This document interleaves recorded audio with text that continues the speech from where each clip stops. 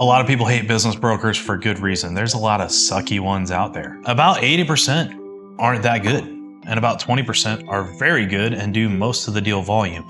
But the problem is, you don't run into business brokers every day.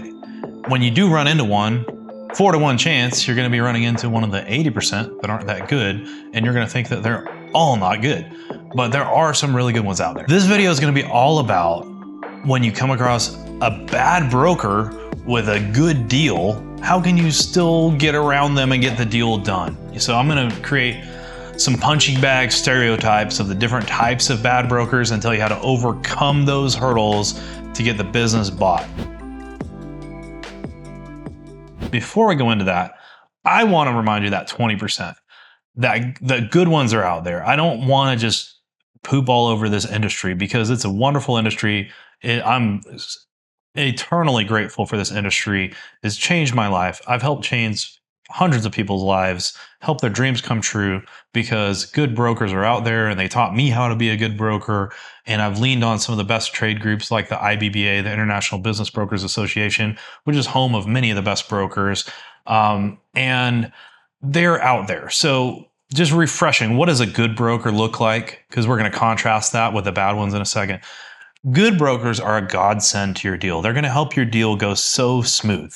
The biggest thing they're going to do happens before you even show up as a buyer is they're going to set realistic expectations with the seller. So that means they're going to pop that seller's valuation bubble for you so you don't have to. I've been a broker for a long time. I've talked to hundreds and hundreds of sellers. I'd say about 95% or more always think their business is worth more than it really is at fair market value. And so we develop a strategy and a tactfulness to like gracefully pop their valuation bubble and tell them really where we think it's going to sell, which is almost always less than they want or they were hoping for. And we set those realistic expectations, and then it helps it go to market at a realistic price range. And so when you show up as a buyer, you don't have to be the bad guy that's saying, guys, this makes no sense at this price. I can't even get a loan for this price. It won't appraise. I'm going to lose money if I pay that price. I can only pay a fraction of that for this to even pencil for me. Like, you don't want to have to do that. And if it's represented by a good broker, you'll be able to pay their asking price or close to it, and it's going to pencil, it's going to bank, it's going to appraise, it's going to underwrite, it's going to make you great money month one. And so the great brokers, they do that work for you up front. They set realistic expectations. They pop the seller's valuation bubble in a tactful way and get them really primed and ready to sell at a realistic price range.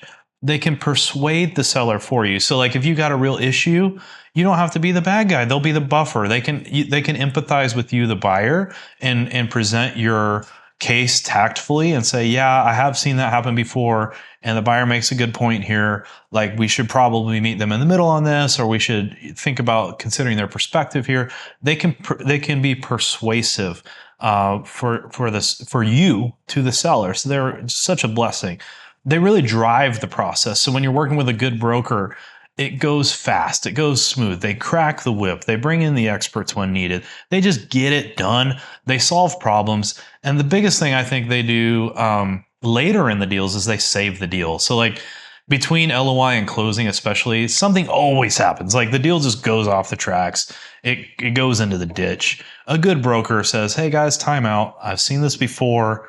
Let's not lose our minds here. There's a solution. And they can come up with a creative solution. They can solve problems like a ninja, and they'll get you back on track. Where if you didn't have a good broker there, the deal would die right there in the ditch.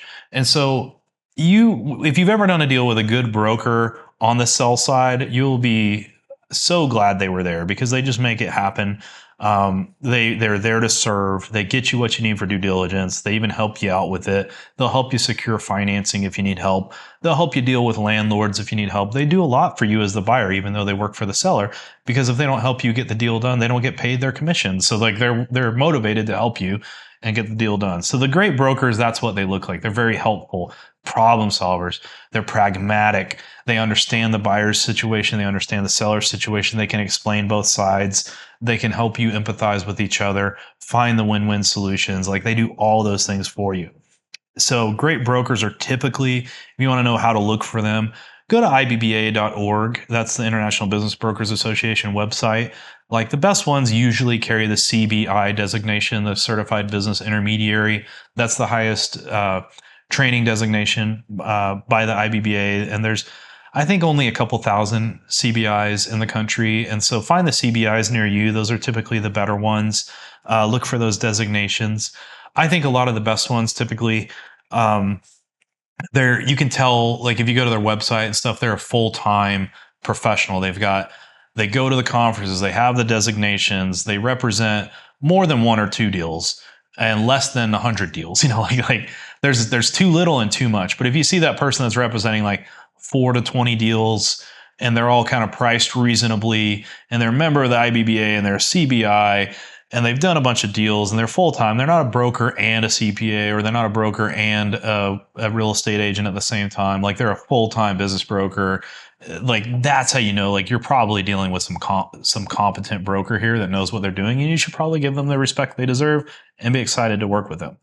That out of the way. That was all the precursor to the meat of this video. The meat is this.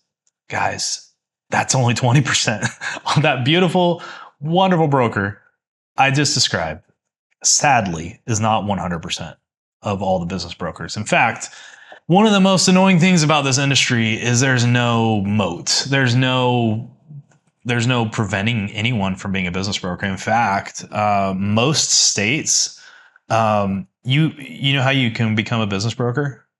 You literally just wake up one day and say, I'm a business broker. And you are. Like, there's no license. There's no education requirements. There's nothing. You just go do it. And so it's a low bar. Like if you can fog a mirror, you're a business broker. Like all you got to do is say you're one and you're one. And so, yeah, there's a handful of states where you have to have a real estate license to become a business broker, and they operate under real estate laws. But that doesn't really help at all either, because to go get your real estate license, you're learning about selling residential houses. And like that doesn't teach you how to sell a business. So even if you're in one of those licensed states where there is a licensing requirement to sell business assets of having to be real estate licensed, it doesn't mean they're good. It doesn't mean they know what they're doing. And so it's a very low, there's essentially no barriers to entry in this space. And so that creates the opportunity for sucky brokers to exist and enter this space.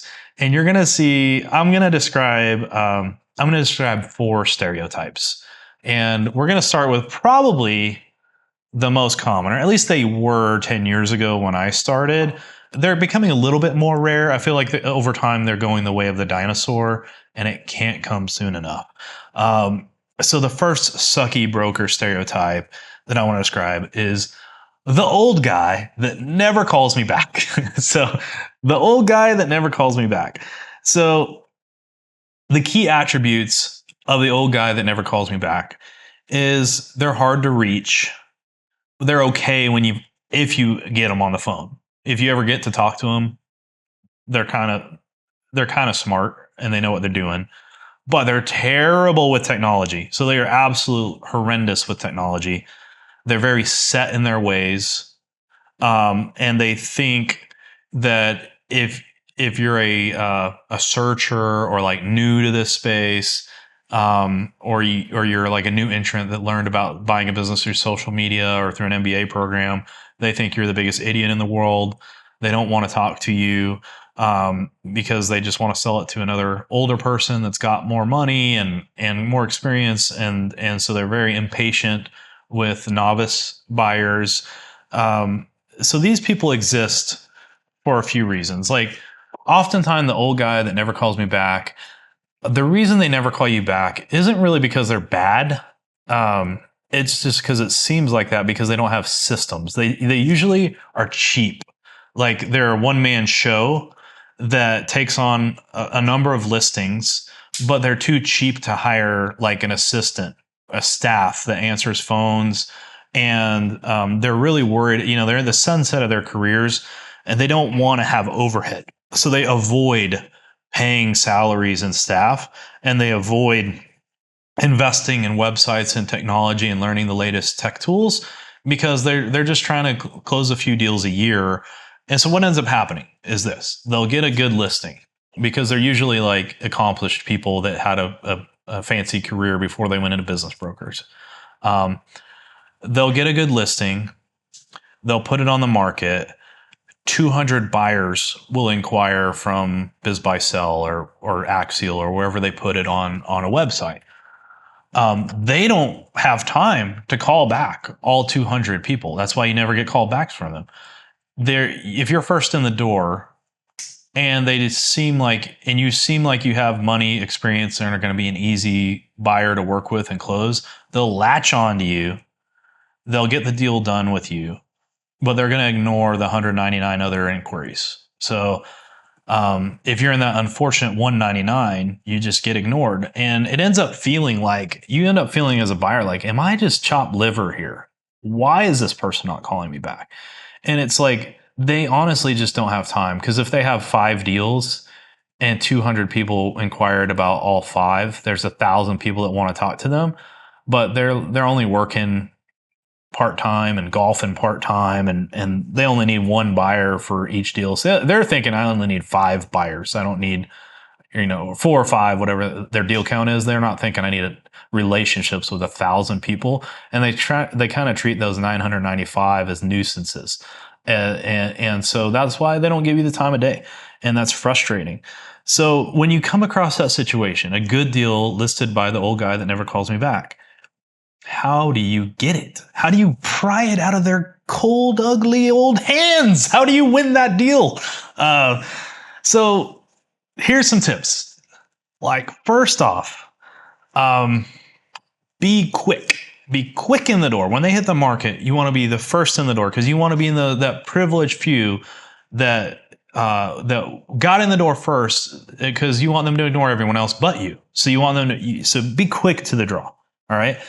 And then when you show up, flash some cash, baby. So like, a big thing they're looking for is like financial qualifications. So a lot of them will ask you for a personal financial statement.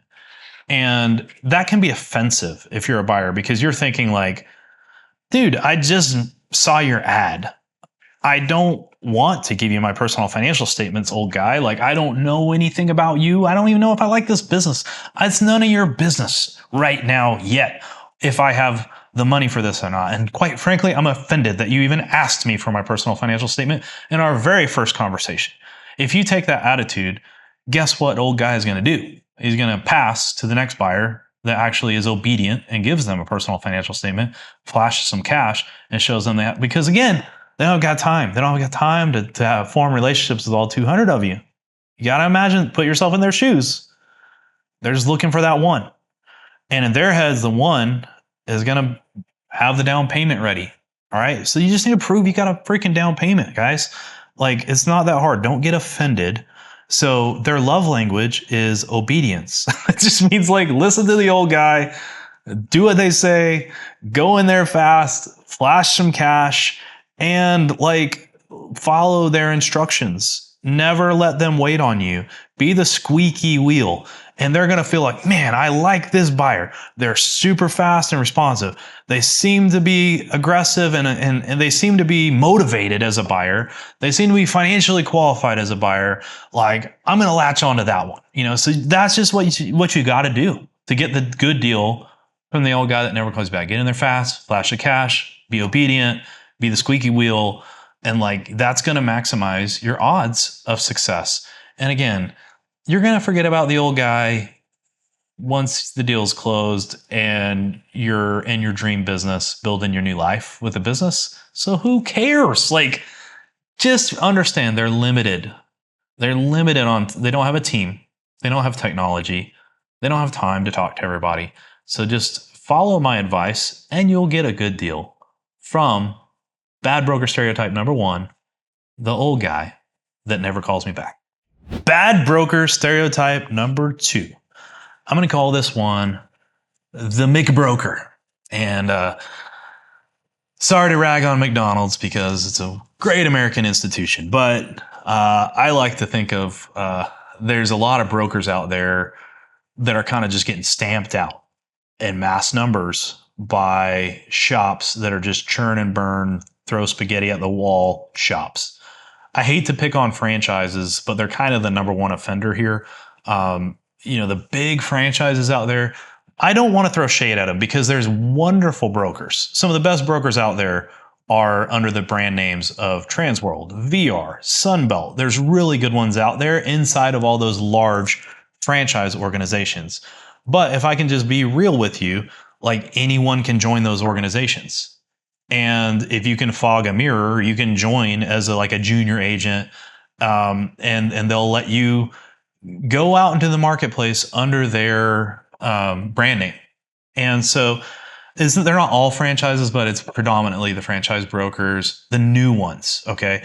They're a bright-eyed and bushy-tailed. They're like, I'm excited to be a broker. I'm going to do exactly what this franchise tells me to do, and I'm just going to run it by the playbook. But they don't have enough life experience yet to know that there's 10 different ways to do a good deal, and they're going to just kind of stick by the book. And kind of the way you recognize the young, eager beaver McBroker that's kind of green and doesn't do a super good job because they're not very seasoned yet is like they often have too many listings that are all moderately overpriced because they're young and hungry and they hustle and they get out there in front of lots of owners, and the agency owner, the brokerage owner says, hey, this is a listings game, baby. Go get as many listings as you can. Some will sell, some won't. So what? Numbers. It's a numbers game.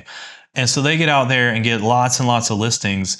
And the way they typically do it is by overpromising, because like that's, the easiest way to kind of cheat your way to a bunch of listings is to overpromise and underdeliver to sellers. And so when you see that broker that's, typically a little younger, typically under one of the franchise brands that has lots of deals that all seem to be a little bit overpriced, they're probably just an eager beaver McBroker, right? And that's what I want to call them. They're thin on information. They go to market too fast. So I don't think they take the time to properly package the deal and put together a really bang up presentation. So you often get like 1 year of financials with sketchy ad backs because they don't really understand the nuances there yet. They just don't know what they're fully doing yet. They're playing the numbers game. And like they get a lot of deals because they're so aggressive at like marketing themselves, and they do drop letters and they do mass mailers, and they spend money on marketing. Sometimes they carpet bomb their whole area with mailers and just really get themselves out there and make lots of promises and get lots of listings. Sometimes they get some really good ones. And so you got to know how to deal with them. The biggest thing you can do when you find a deal you like, but a McBroker has it, is you got to just understand the game here, okay? This is a sucky broker number 2, the McBroker. The best way to win is to follow their process. They're kind of like the old guy in the fact that they like obedience. What they oftentimes do is they want to use templates for everything because like they're scared of going off script. So they have kind of like a script, the playbook they're trying to follow. So if it's a competitive deal and they have like their own LOI template they really like, and there's a bunch of other sophisticated buyers that are like, you know what, we're going to use our own LOI. We don't like your template. Like, you've got a better chance of getting your offer accepted if you just use their dang template. So run their template by your lawyer if you want to have it lawyer reviewed, and like you could cross a line out or something like that. But try to be as much as possible, follow the bouncing ball the way they're expecting. And just the fact that you're following their template methodology just makes you stand out as like, oh, this is the obedient buyer that I want. That's going to follow my instructions that my company taught me. And that's what McBrokers want to see. Just like McDonald's, they want to see, the employees do things exactly by the book. Like, that's going to make you stand out. The other thing about the McBroker is like they don't speak middle market language. Okay. And so that means like don't even bring up earnouts, don't bring up working capital, don't bring up CapEx. Like, so there's things, if you're a sophisticated middle market buyer, you know what I'm talking about. Like, the middle market deals often will have like working capital included, a net working capital peg in the calculation in the letter of intent. It's a little more complicated deal structure. And the McBroker is like, what are you talking about? No, you don't get the seller's money. You just bring your own working capital and like, no, that's not how it works. And they just want a clean deal. They want a simple, clean deal that's like cash at closing and maybe a little bit of seller financing, but don't make it more complicated than that. And so if you can keep it super stupid simple on like, hey, Mr. Seller, Mrs. Seller, Mr. McBroker, like I've got a one-page LOI here that's like, here's the price and the terms. We're going to keep it real simple. We're going to close it quick. Like that's what they want to see. Simple. Don't use middle market language. And again, be fast with them too, because I think they're kind of resource constrained similarly to the old guy that never calls you back. And like, they face the same bandwidth issues, but it's often compounded because they'll have even more listings than the old guy that never calls you back.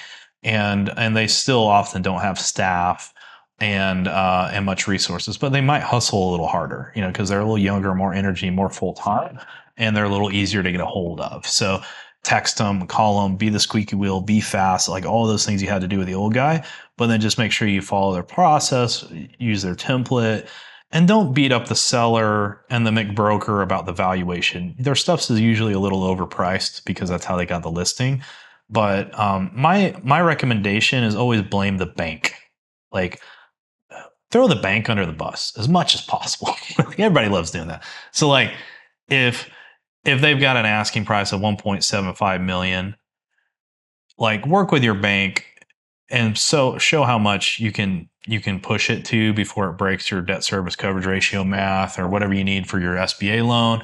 And if it can support 1.5, just be like, hey guys, I just can't pay 1.75 because I ran it by my bank. We ran it through our model and like, yeah, we're stuck at 1.5. That's all we could get the loan for. So I want to make it as easy as possible. Be a quick close at 1.5. We're ready to go. But like, don't try to tell them, hey, you did it wrong. This is overpriced, Mr. McBroker. Like, it's not fruitful. Like, again, your job's not to fix them. Your job's to get a good deal, close the deal. So all of those are great tips. So how do you deal with bad broker stereotype 2? The McBroker, which is probably the most prominent. Like, they have thousands of deals out there. They're all over the major websites. So you got to know how to deal with the McBroker. The third one. These ones have been the bane of my existence for the past few years. Super hard. Oh man, I cannot loathe this one enough. That's the real estate broker that dabbles in M&A. Okay, so this really started just a few years ago when interest rates shot up abruptly. The commercial real estate market ground to a halt in much of the country. So there were all these commercial real estate agents that were always busy selling offices, leasing spaces, doing all this stuff, commercial, whatever CRE people do, they were out busy doing it. Their world ground to a halt because none of their deals penciled anymore at the high interest rates. But guess which deals kept penciling because they're not as interest rate sensitive, and we became the darling industry everybody wanted to be in, small business transactions. And so, a commercial real estate person is adjacent to business brokers. There's some overlap in what we do. And so it seems like, oh yeah, I could do that too. I could pivot to that. And so a lot of them did. And these are people that are like, they're good marketers. They usually dress nice and drive a nice Range Rover or something, and they're smart-ish people. And so they're impressive enough that they can land some really nice listings sometimes because they present well. They're good salesmen. They're good marketers. But they just don't know how to sell a business. They just don't, because it is the opposite of a business brokerage process, is the opposite of selling a piece of real estate in many ways. If you want the full scoop on that, view my other video where I explain business brokerage in general. I have a whole section of comparing and contrasting real estate versus M&A and the key differences. First off, we got to spot them. Okay, so like you get a good deal with bad broker number 3, the commercial real estate agent that's dabbling as a business broker. How can you spot them? First off, look at their website, look at their business cards. If they're standing in front of office buildings and it says commercial real estate and stuff, you're probably dealing with someone that's just dabbling in M&A, but they don't really know what they're doing. If they're putting the business listings on LoopNet or Crexy or these like the big real estate websites, they probably don't even know the right websites to put them on because they're real estate people, they're not business people. And so that's a dead giveaway. If they're getting all the financial terminology wrong. So if they don't know what the word net profit is because they're always saying net operating income, that's a real estate word. That's what real estate people use to talk about multifamily incomes, and stuff like that. They use NOI. In M&A, we don't use NOI. We use SDE or EBITDA or adjusted EBITDA. They won't know what EBITDA means. They won't know what adjusted EBITDA is. They don't know what SDE is. If they're getting all the financial terminology wrong, it's a dead giveaway. They're not an M&A person. They're just a commercial real estate person dabbling. Okay. When you get their information on the business for sale. So like, let's say you go to their website, you inquire, and they send you an email or they send you a SIM or whatever. If it looks like a real estate deals memorandum, that's a dead giveaway. They're not a real M&A person. So what do those look like? They're heavy on pictures. They're heavy on physical descriptions of the location and the property because that's what really moves the real estate, but like, you as a business buyer, you're like, okay, I don't need a whole bunch of fancy pictures here. I need like detailed financials and I need add backs with notes and explanations of what adjustments you made. And they usually have like no financials or just untouched financials with no recasting. And you've got to like figure it out your own adjusted EBITDA, your own SDE calculations. And then the other thing is like they misprice badly because they don't understand business valuation. So, and what's funny is it goes both ways. I've actually seen extreme examples, high and low. So if you see like it's extremely mispriced, it's often because one of these real estate people is trying to sell a business, but they don't know about business valuation. So the way they overprice is they'll get to net income or they'll do like their own adjustments to get to kind of quasi EBITDA or SDE that they might call net operating income. And then they'll run it, instead of running it through an appropriate multiple, which is like usually a pretty small number, a 2 to 4x, 2 to 5x, depending on the size of the deal is where, most of these land once you do your adjustments. They run it through a cap rate, and a cap rate is usually like a 10 to 20x multiple of earnings, because real estate deals that have mailbox money associated with them that are not as risky and operationally intense as business deals, they trade at higher multiples. But a cap rate is their world, and it's basically just the mathematical inverse of a multiple.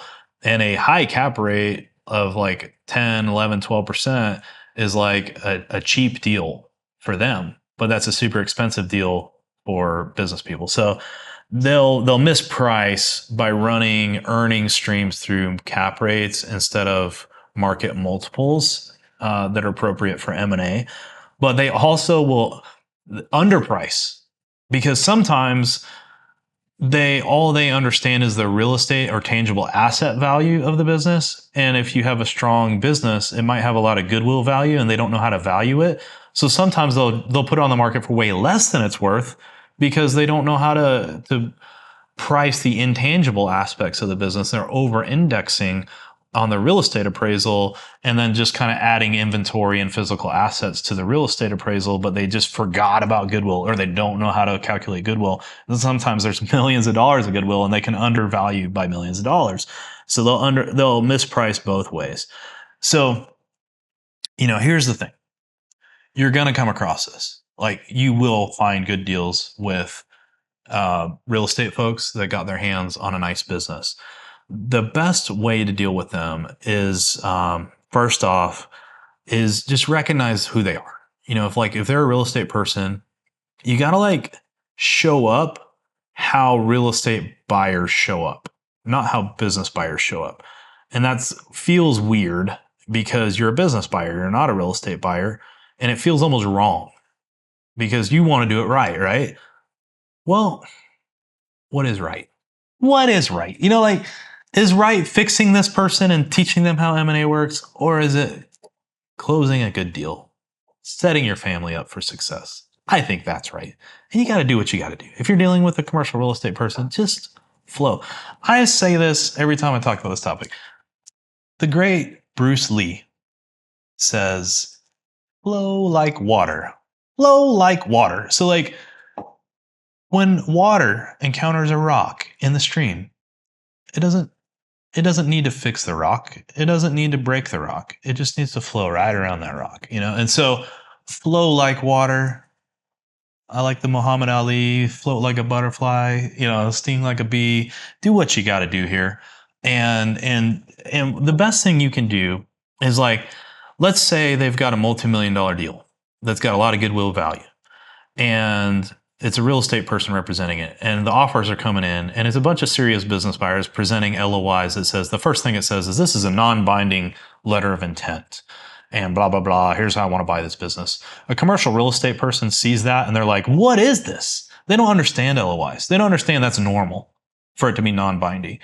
A real estate person thinks an LOI is worth toilet paper. Like, they think it is absolutely worthless because they live in a world that is contract driven. M&A people, we know business deals are relationship driven first and foremost, and that you can't force someone to sell your business. You can't force someone to buy your business. You have to dance with them. You have to have a relationship, and it's relational, and you eventually get the paperwork firmed up near the end at your final purchase docs, but you don't really go hardcore on the contract right off the bat. You start with a letter of intent, and then you dance your way to the purchase agreement. They don't know that. Real estate people don't know that. Like, real estate people, they just fire the contract, and then the contract drives the deal. And it's the opposite of our world. And so one of the best things you could do to stand out is zig when everybody else is zagging. So everybody else is sending in LOIs and they don't think that's a real offer. Send them a real estate contract. Send them a real estate contract. You can modify a commercial real estate contract to say what you need to say to get a business under LOI. And so all you need is a window of time to do due diligence. And I would even put in an escrow deposit. Like, I'd put in as long as you can put it in with a third party, a title company, and there's like a clear window of time where you can back out for basically any reason if you find anything that you don't like, and it's not with the seller's attorney or the seller, like, go ahead and, if you're the only one that puts a real estate contract with a deposit in front of that commercial real estate agent and everybody else puts LOIs, guess what they're going to tell their client? They're going to say, hey, Mr. and Mrs. Seller, we got a bunch of fake offers. We got one real offer. This one's a real contract. These others are just jokers with a non-binding LOI. Those are, you wipe your butt with those. Those aren't worth anything. So, like, meet them where they're at. Like show up the way they expect buyers to show up, even if that feels weird. Like, get yourself a diligence window, get in there, you'll be all alone. And the secret is, once you show up with some cash on a deposit and a contract, they think you are gonna close this deal. Like, they think you're good to go. And they'll let you take over at that point because they frankly don't know how to do diligence. They know, like, the words due diligence are a thing and that you gotta, like, look at other stuff, but they don't know how to, like, run that because they've never done that. And so, like, once you're in and your offer gets accepted, take over. They don't care. Like, once they believe you're the guy or you're the gal, like, take over the process, run your diligence process, just get direct communication with the seller, copy the broker on everything, but just, like, work with the seller, get your diligence done and get it across the finish line. And like, that's all you got to do is, like, get in there, take control. If you find a deal breaker, just level with the broker, level with the seller at the same time. Like, hey guys, I didn't know, because I didn't have the finances, I didn't know it was like this. Here's where I'm at. You can try to save the deal yourself. The broker's not going to be very helpful because they don't speak the language, So just show up, make the offer they expect. Be kind. Don't try to fix them. I keep saying this over and over again. Don't try to fix everybody. Don't try to teach them how M&A works. Just show up and get the deal done, guys. There's one more broker, my least favorite sucky broker of all, the last one. I'll do real quick on this one. The predatory shop. Okay, so I am very careful, especially here on the internet, to not name names, because these people will sue you if you name their names and expose their business practices. And I don't have time to get in a lawsuit with these jackholes. But I'm gonna give you like a stereotype. There's some brokers out there. They most often get their listings by putting seminars on in big fancy hotels. And they'll get a bunch of like sellers in the door and they'll wear fancy suits and they'll say, we're the best M&A company in the world and we get you top dollar for your business. And they put on a real like impressive show. But it's all designed to get a big upfront payment from the seller. So like I think their whole business model, I call them predatory, is because they don't sell a lot of their listings. Like I think they fail more often than they succeed, but I don't think they care because I think they get most of their income from right up front when they sell the starry-eyed owner with their dazzling seminar presentation on signing up for a $50,000 packaging fee or, go-to-market fee with their fancy firm that they convince the seller they're the best thing ever. And a lot of it is just they're straight up over-promising. They'll promise these like small business owners like that they're going to get this big private equity group buyer that's paying these insane multiples. And they do get it sometimes. Like if it's a good enough deal that's a platform player, they do get some deals done with private equity. So they have success stories to point to. They're not a complete scam. So like they're legitimate. You can't say they're illegitimate because they're legitimate. They do sell businesses, but I just think their business model is over-promising, under-delivering, getting too much upfront. And I think their best salespeople are the upfront salespeople. And that they don't really, and that the behind the scenes people know they're kind of overpricing stuff, and just like they're going to let a lot of these die on the vine, and so there's a few big names, but if you're around the block for any length of time as a buyer, you'll figure out it's like 2 or 3 shops, and they all have the same MO, and you'll know who they are. And what's unfortunate is they do get some good listings, and they're super hard to work with, because they've set way too high of expectations on price 9 times out of 10. They market really aggressively. They're online advertising and mailer advertising. Some of them have PGA golfers like as their spokespeople, like getting sellers to go to events and stuff like that. They're big money marketing machines. But guys, when you see listings from them, if you can just avoid it, because often, like if it's way overpriced, it's with them. That seller has bought that dream hook, line, and sinker that they're going to get this big dollar. They've shelled out tens of thousands of dollars to be sold on that dream, and they're really invested in it. They don't want to sell for a realistic price. A lot of times, it's generally a void. If you really want to make a run at it, get to know their closer. Okay, so like they often have like 1 person or 2 people at their firm that do most of the closings, and find out who the back end closer is and level with them, because a lot of times they're nice. Like I know one that's actually a really nice person. He just kind of picks the favorites out of the list of overpriced things, and he'll know they're overpriced and be like, yeah, I know it's overpriced, but they'll give you the inside scoop with the seller, and you'd be like, hey, Jim, like, I can only pay like $2 million for this. The seller wants 5. Is there any way you can get them to reality here? And like, and so sometimes if you can just grab a beer with the closer and like get them to level with you, level with them, and see if there's any route to success here that they can maybe help you with. They might be able to help you, but sometimes it's just take note of that business and ask, hey, how long have you had this listing? How long has it been on the market? And set reminders that about 1 year after it lists, they're going to be off that broker and free agents back out in the wild. And that's when you can get them. So I would say avoid. And if you can't, make friends with their closer and try to get them on the inside as a helper, try to win them over to your side. And because they get paid for closing deals and they know which ones you have a chance with, and they'll tell you like, yeah, this guy's never going to move off that. Like not in a hurry. But if there's one that's like, yeah, this guy's got cancer and I know he wants 5 million, but he needs to get out. Like, so let's just have a meeting and let's figure this out. Like, that happens and you may be able to get it done. But the best choice is probably to just take note, get the information, circle back, and they'll be ready once the market wears them out in a year or two. So like the anniversary of their listing date, if you can figure that out, perfect time to hit them up. So that's how you get a good deal pried out of a predatory shop that was probably oversold and overpaid for their upfront fee. But a lot of good business owners, you know, their Achilles heel is like their vanity or their pride or their ego, and they think like, I am special.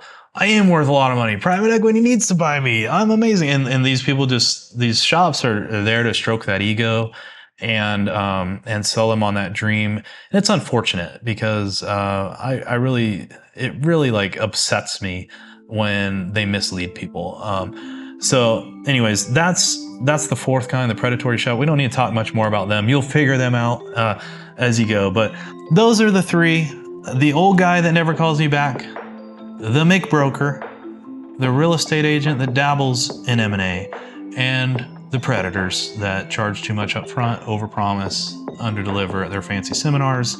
Like, those are the four that are frankly bad and they get good deals. And so if you have listened this far, I hope you have learned a ton about the dark side of business brokerage. And I hope this maybe has clicked as to why so many brokers suck. Like, why do so many suck? I hope this pretty much explains it, right? Because this is those stereotypes is like probably 80% of the 80%. Like, that's most of the bad ones fit somewhere in those buckets. I wish we were 100% awesome as an industry. You know, every year I think we get a little better. Maybe it's not 80-20 anymore. Maybe it's 75-25. Maybe it's 70-30. My goal would be for next year, we're one better. We're just one step better. I want this industry to keep elevating itself. I want us to keep getting better. I want us to have high standards. I want us to set appropriate expectations and get good deals done for good people. I want to be part of that solution.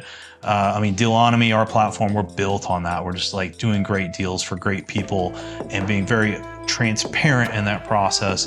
Want to plug Dealonomy if you're not on there already.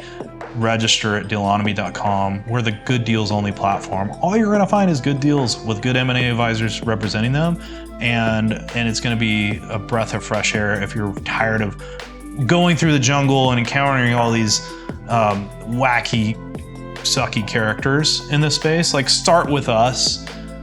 Go to Dealonomy, find you a good deal. If we don't have one there that fits your mold, just make sure you're getting your notifications turned on and you're keeping up with the new stuff as we come out. But go to us first, and then if you don't see something there you like, then go to the other major platforms and look there. But just beware, 4-to-1 odds, you're gonna encounter a sucky broker. And if you do, don't be afraid. Don't try to fix them. Just use the tips I gave you in this video. Hopefully that'll help you get a great deal done, even if the broker's not that great. But I love you. I hope you do a great, I just wish you the best. I wish you the best of success in your journey to buy a business. And I wish blessings on you and your family as you enter this space.